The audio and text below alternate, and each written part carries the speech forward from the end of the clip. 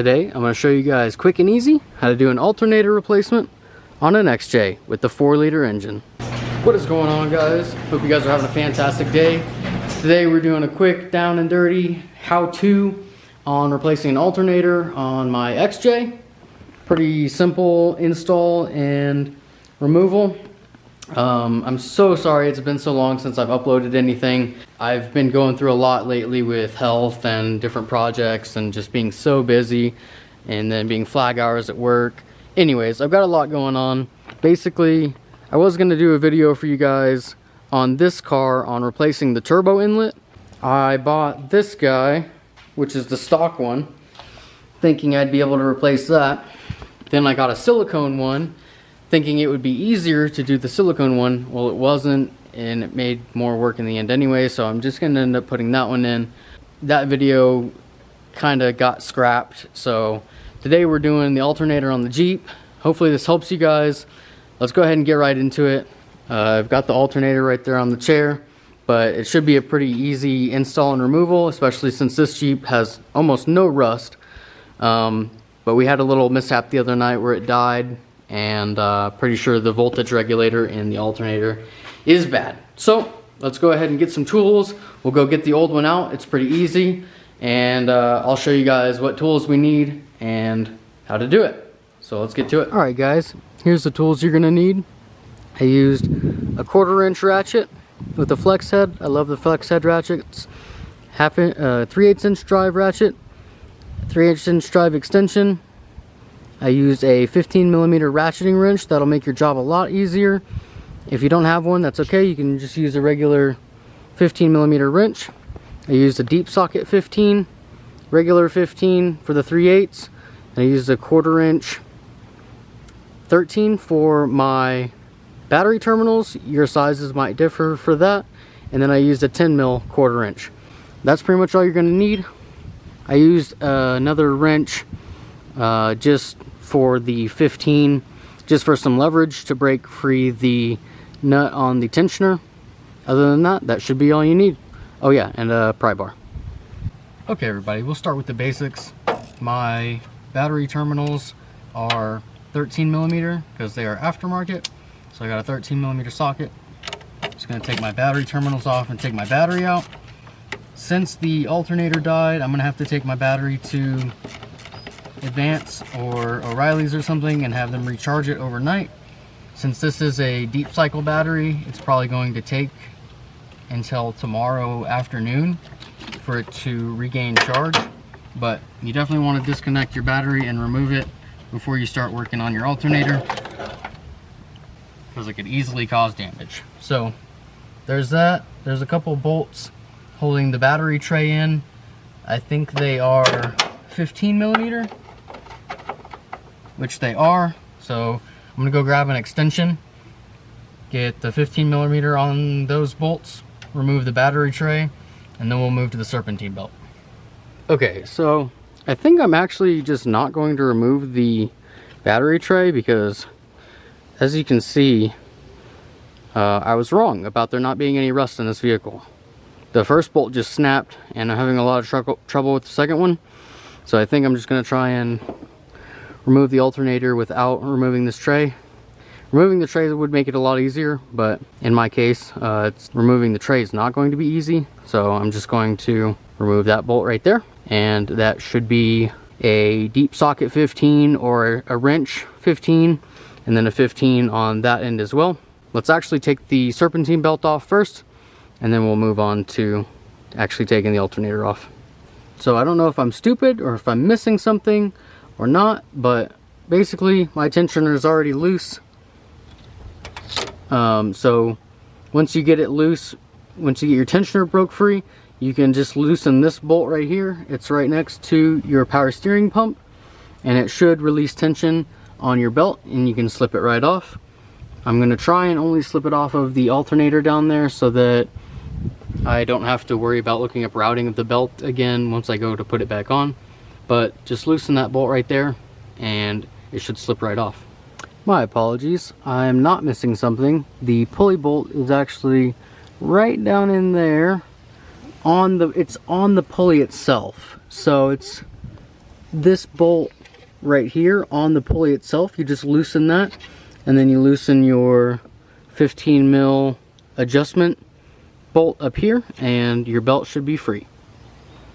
If you're like me and you don't have a super long 15 millimeter wrench, what you can do, stick your 15 down in there, get it on your bolt very carefully, and then hopefully find enough room to get another wrench on the end to break it free.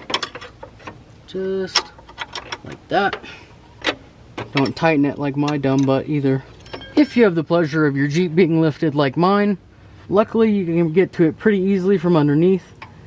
Put your wrench on it. If you don't have a long handled one, you can get a second wrench and use it as a cheater bar, and just break it free. I like to do it from underneath because the fan shroud is not as obstructive and got a little bit more room to play with under here. So now that it's loose, that belt should come right off. While I'm under here, I might as well break free the 15 millimeter right here that mounts it to the engine bracket. So I'm gonna go ahead and break that free, and then take the belt off, and I'll get to the other bolt from up top.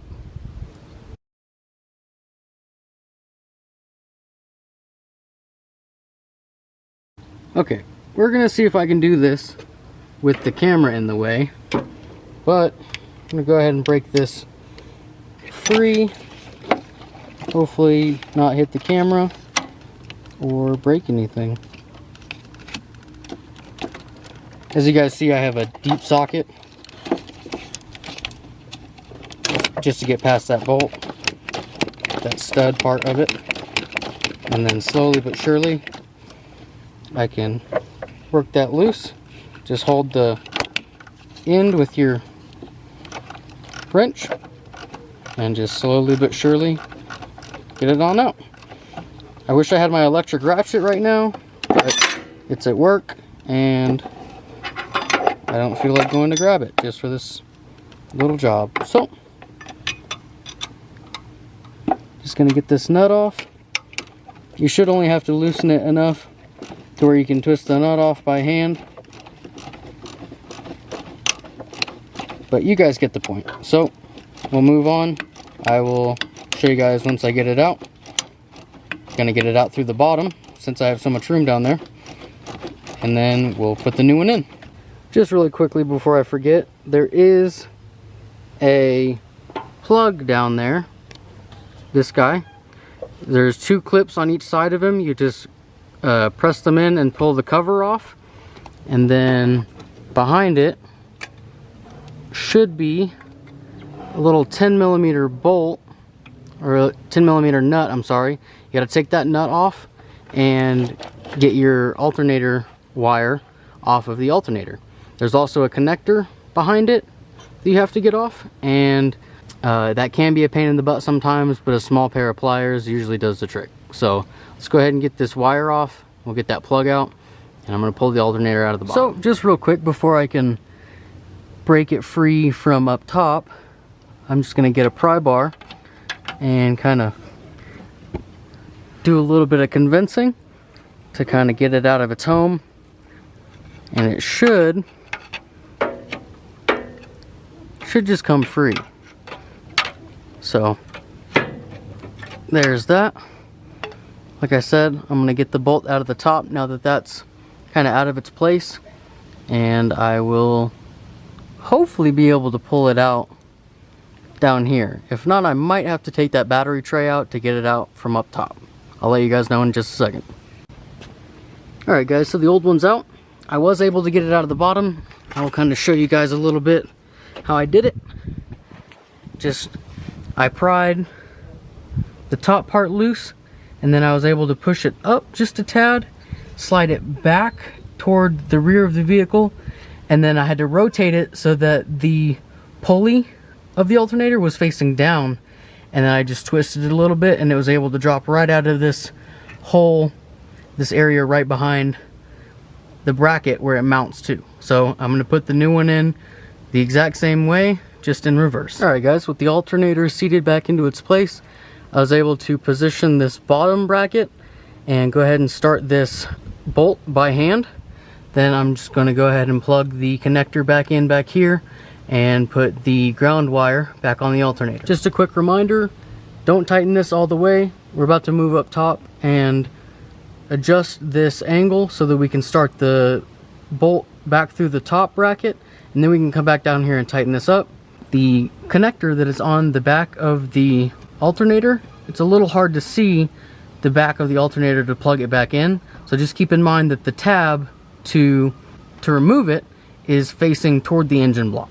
So that helped me to reinstall it and uninstall it just to help you guys.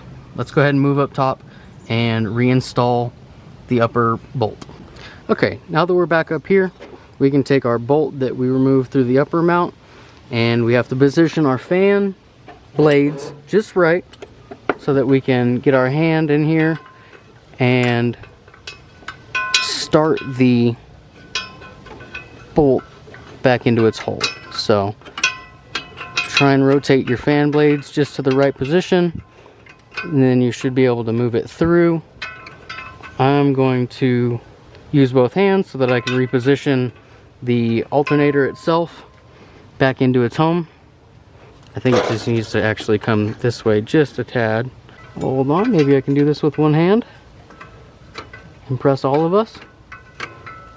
And I think that's it.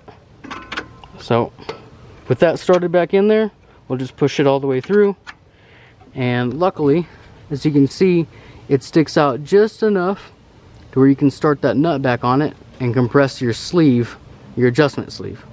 So let's go ahead and get the nut back on and put the belt back on, and we'll finish the install. Alright guys, that's pretty much it for the install. It's super simple, super easy, but there are a few tricks to make it go a little faster. Hopefully I showed those to you guys in this video. Hopefully this helped you. If you have a good battery, this would be the point where you could go ahead and start it up. My battery is obviously not good because it got drained. But other than that, that's pretty much it guys. Like I said earlier, I'm really sorry for not uploading in so long. There's more stuff for the Jeep to come soon. Other than that, I need to go to the junkyard, get a drive shaft for this thing, and hopefully install my slip yoke eliminator. So stay tuned for that. I know you guys are probably interested in how to install a slip yoke. I've got the Rubicon Express slip yoke eliminator. It's the full kit, so I'll definitely be doing a video on that when I install it. Like I said, I just need to go to the junkyard and get a front drive shaft so that I can make it work. Other than that, I have a couple other things for the Jeep, like a Mishimoto trans cooler. Hopefully I can get to that soon. I've got a lot of projects going on though. Like I said, hope this video helped you guys. Super simple, basic install, but there are a few things to make it go faster. I appreciate you guys watching. If this video helped you, give it a thumbs up and share with your friends. Leave a like, leave a comment, and we'll see you guys in the next video. Peace.